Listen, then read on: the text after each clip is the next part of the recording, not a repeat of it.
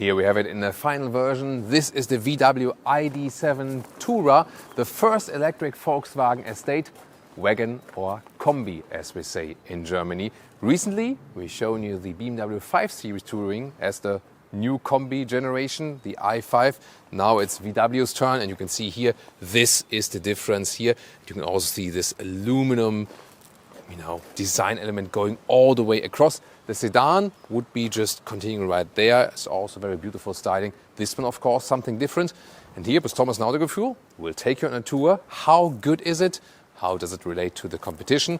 And how much space is there in the back? This will be crucial in 4K, full screen, full length. Let's go. And we start here at the front because it now features an illuminated Volkswagen logo right here.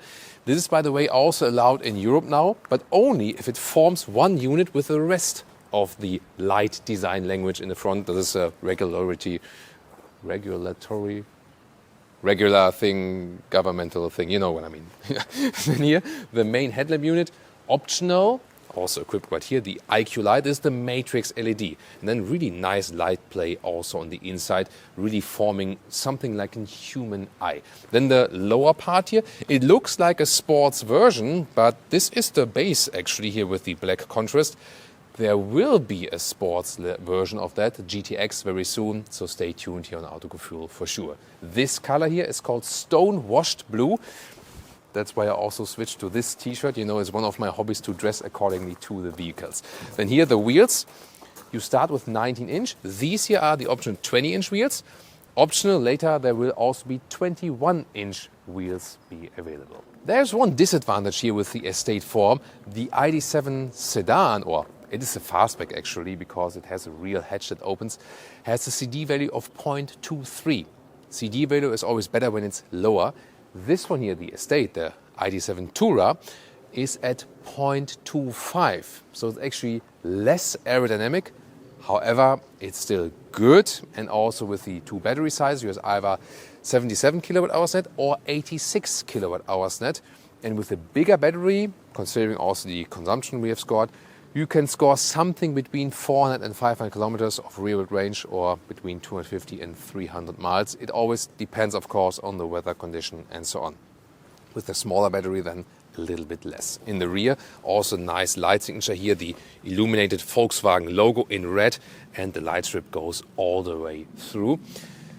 With the both battery versions, you have the same drivetrain. So you always have rear-wheel drive here, and the acceleration figure is 6.6 or 6.7 seconds to 1 kilometers an hour or 62 miles an hour. I really like this charging flap because it opens to the top part.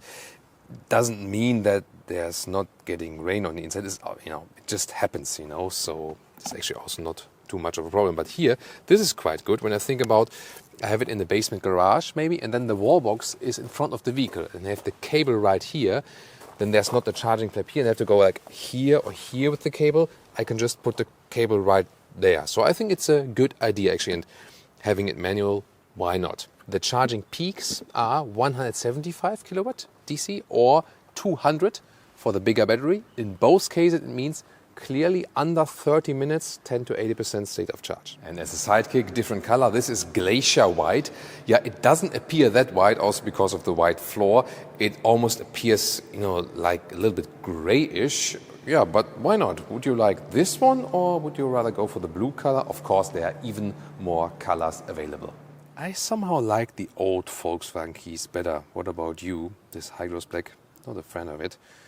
But what about the door closing sound? First of all, flush door handles, but you can grab, behind it. There's also some kind of feedback. Then door closing sound. Again. No, it's actually quite solid.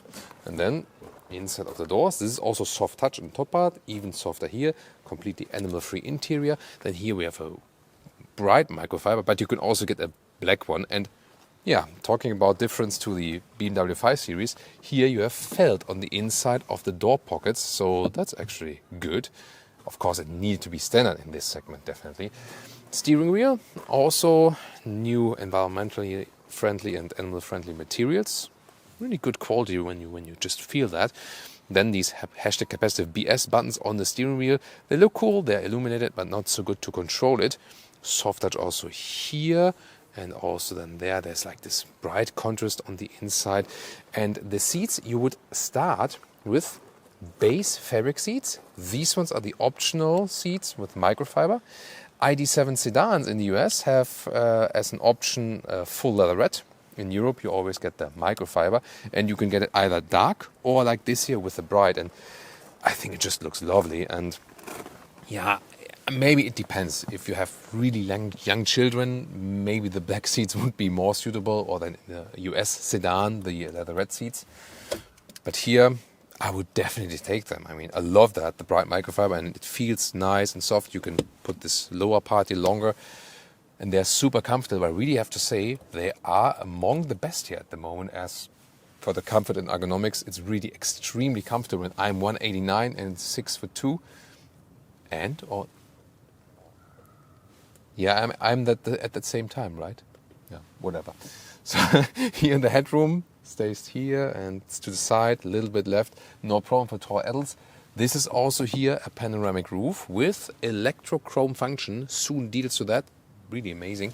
And then up and down, in and out with the steering wheel, that's also a good control. And the switch gear is right here, D forward, reverse, there we go. And the digital instruments, however, these ones are tiny, tiny, tiny, tiny, tiny. And here we go with my Homer Simpson moment. Transparent, closed, open, close, open, close. And it also blocks the sunshades, so it blocks the sun rays. So it works as a sunshade, that's what I wanted to say. So it really is helpful also then on hot summer days. And yeah, it looks fancy, also something for the kids. Dashboard here, as I said, soft touch and also structured. Then here, horizontal design element. This is the integration of the ambient lighting already here, and the glove box. Falls down smoothly. That's a nice door closing sound. Door closing sound? Why am I calling everything door closing sound? Glove box closing sound. One more time. Very satisfying. Then the middle console. So you either have this bright surface here or a dark one, and meanwhile they worked also on the material finish here. In the very early cars we had, this was kind of weird material, but now that's better. Just this top part here, this is like the soft rubber, not acceptable. This is fine, this not. Sliding open it, there's a so this is actually DJ Tomic in the house. There's a German DJ, hip-hop DJ who's called DJ Tomic, by the way. Then here there's a USB-C charging, inductive charging, also with the cooling function. Cup holders are also somewhat adaptive. And then here is a nice split opening, once again, with a lot of space underneath. You can take this one out, by the way. And again, satisfying closing sound. Maybe at the same time. ASMR.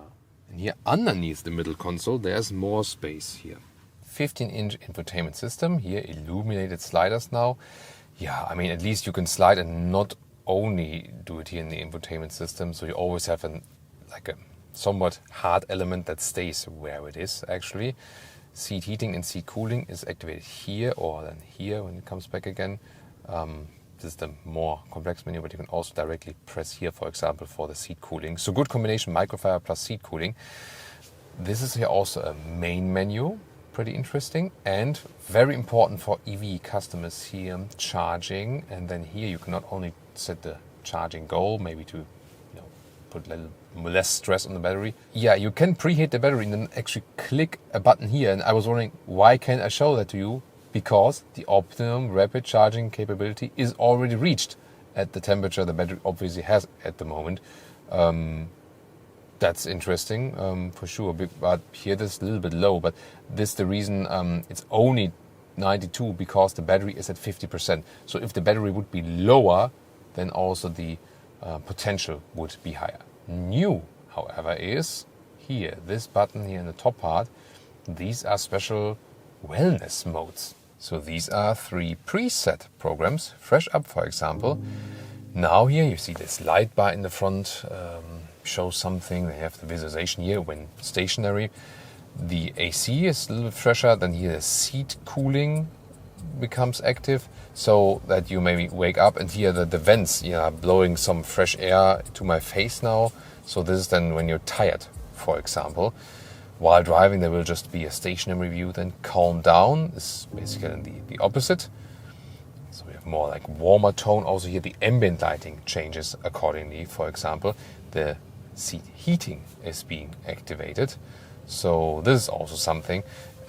Also, it can be combined that you have a seat massage. For example, here in the power brake, this is maybe at a charging stop or something, so that you then maybe just have like help you to relax and feel refreshed. Get comfortable and close your eyes.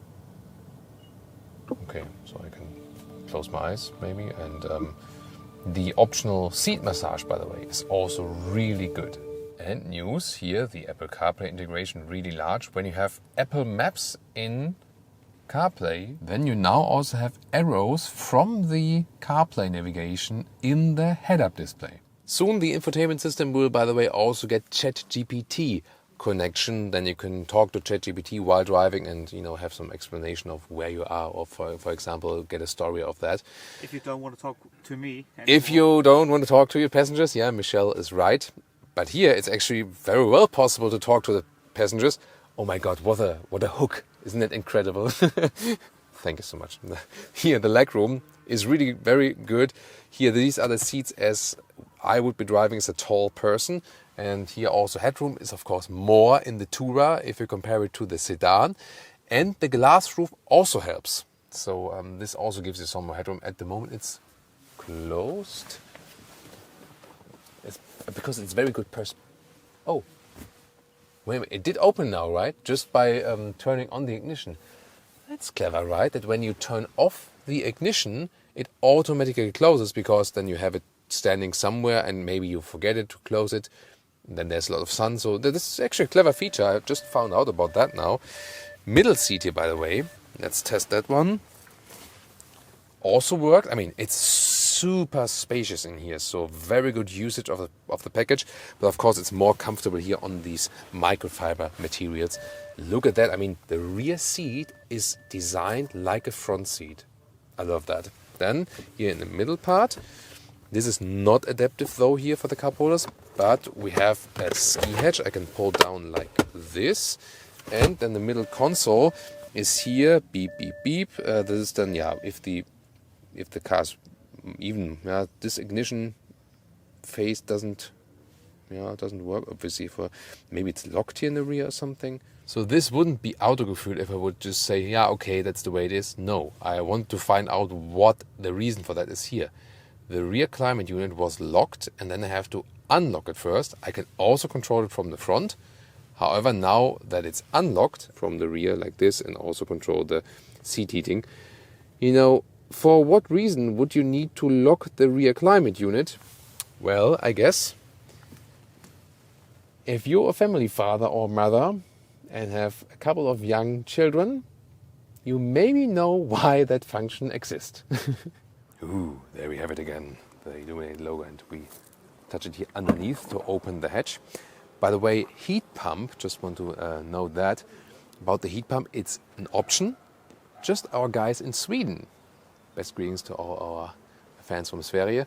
So, Venli Hilsen. They actually get it as standard equipment. Yeah, it's nice to be in Sweden in this case, right? So let's take a look at the trunk. 605 liters.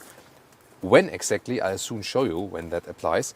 But that means here a length of 1 meters and 5 or 41 inches.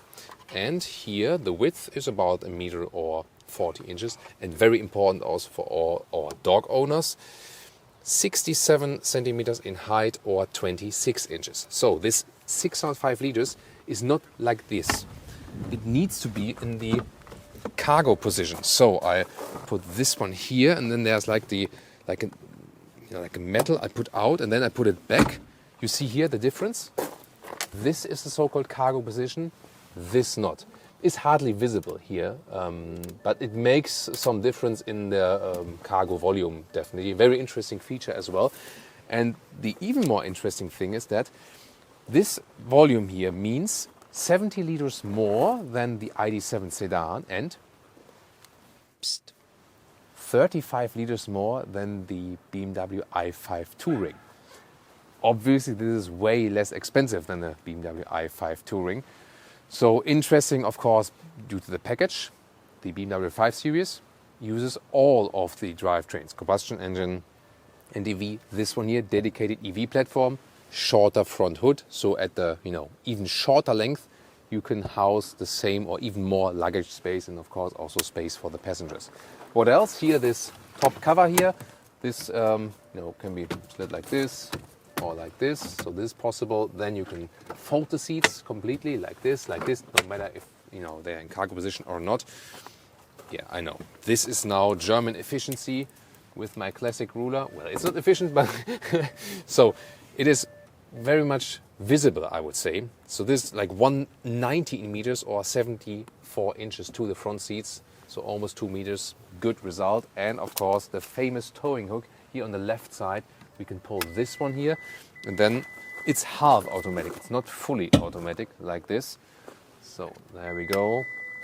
Yeah, and then we can push it in. However, for more towing capacity, I think we're gonna wait for the all-wheel drive models. This, of course, here somewhat limited. What about your charging cable here underneath? One step, you can also put that whole thing out if you like. And then underneath, there is space for the cable. Yeah, or when it's, you could also put it here when it's, not too high, but yeah, not ideal. But maybe also here in the side pockets. Oh, wait a minute. Is there a Frunk? Does it Frunk or not? No, it doesn't. Even not as the Tourer. You can fill some wiper fluid. Yeah.